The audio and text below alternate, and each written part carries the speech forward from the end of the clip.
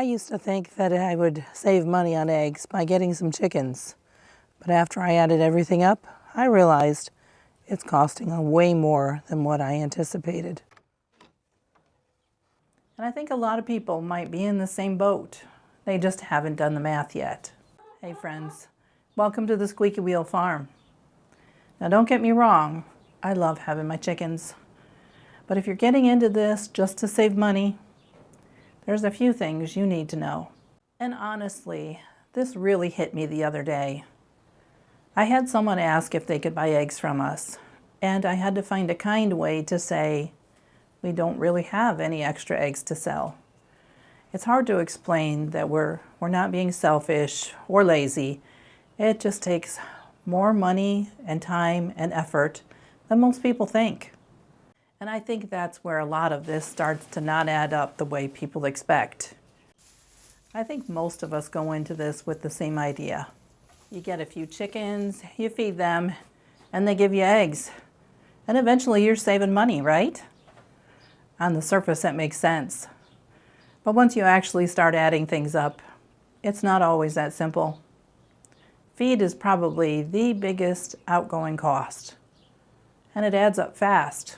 Feed often costs $20 per 50-pound bag in our area, and even a small flock is eating every single day, whether they're laying or not. Now, I try to offset as much as I can. I give my chickens a lot from the garden. Weeds, extra produce, pumpkins, sunflowers, and it's not just the typical scraps that people think of either. I'm saving things like carrot peels and the ends of celery and even grease from when I cook hamburger. Things that aren't really suitable for us to eat. Anything in the freezer that's gotten a little bit old or freezer burnt, canned green beans that are a little bit too tough or chewy or stringy for us to enjoy, those go to the chickens as well. Now it's important to know that I cook mostly from scratch, whole foods. So it's not just tossing them a little bit of our leftovers here and there. It actually takes some effort to save and to manage all of that. I still go through a lot of feed, and that's where it gets tricky when people talk about just adding a few more chickens, because more chickens doesn't mean a few more eggs. It takes more feed, or a lot more effort trying to keep up with all that level of supplementation. And that's not always as easy as it sounds. There have definitely been times where I've looked at how much feed I was going through and thought, these are some really expensive eggs. Now here's the part that a lot of people don't think about. And honestly, it's where the idea of saving money on eggs starts to fall apart. Because feed isn't the only expense. Not by a long shot. You also have bedding for your coop, and feeders, and waterers, and even electricity. We also buy things for our chickens, such as oyster shells, that helps to build calcium and makes our eggs a lot stronger. And sometimes we buy DE, or it's also called diatomaceous earth, which helps control some of the pests. Now there are some ways for you to cut costs.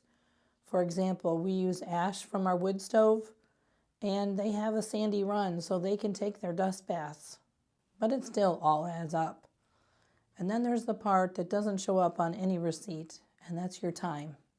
Every day you're feeding and watering and collecting eggs and just trying to keep them safe. So just yesterday our chickens got out, and what should have been a really simple chore ended up taking about an hour of us running around and chasing them, trying to corral them back into the coop. We had a storm that was rolling in, and the temperature started to drop. The wind started picking up, and of course those chickens, the first opportunity, the first wind gust that blew that coop door open, 3 of them rushed out. So it took us an hour of chasing them underneath trees, underneath the thickets, into the brambles, because that's what chickens do. They're going to run any place they can to not be caught.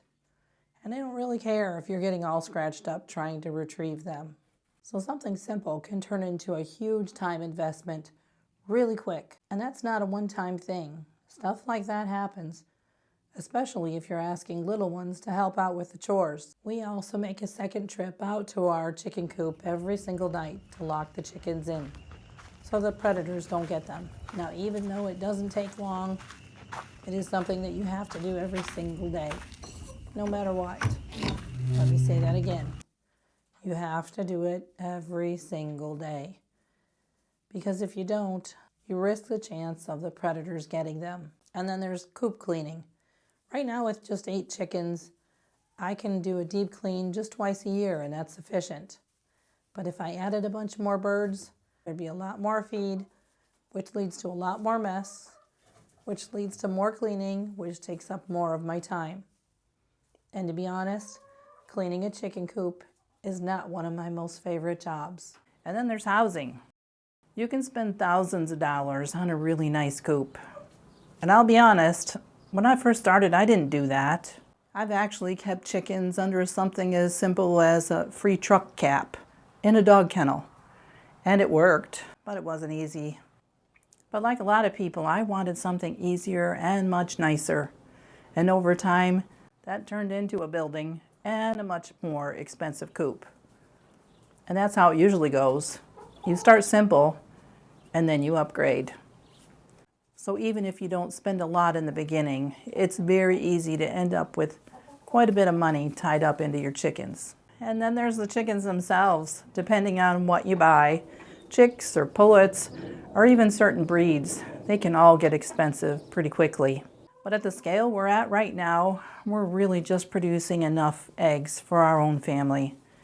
And once in a while we might have extra to share, but it's not consistent. And for me, trying to grow that into something bigger, it would mean changing what's working for our family right now.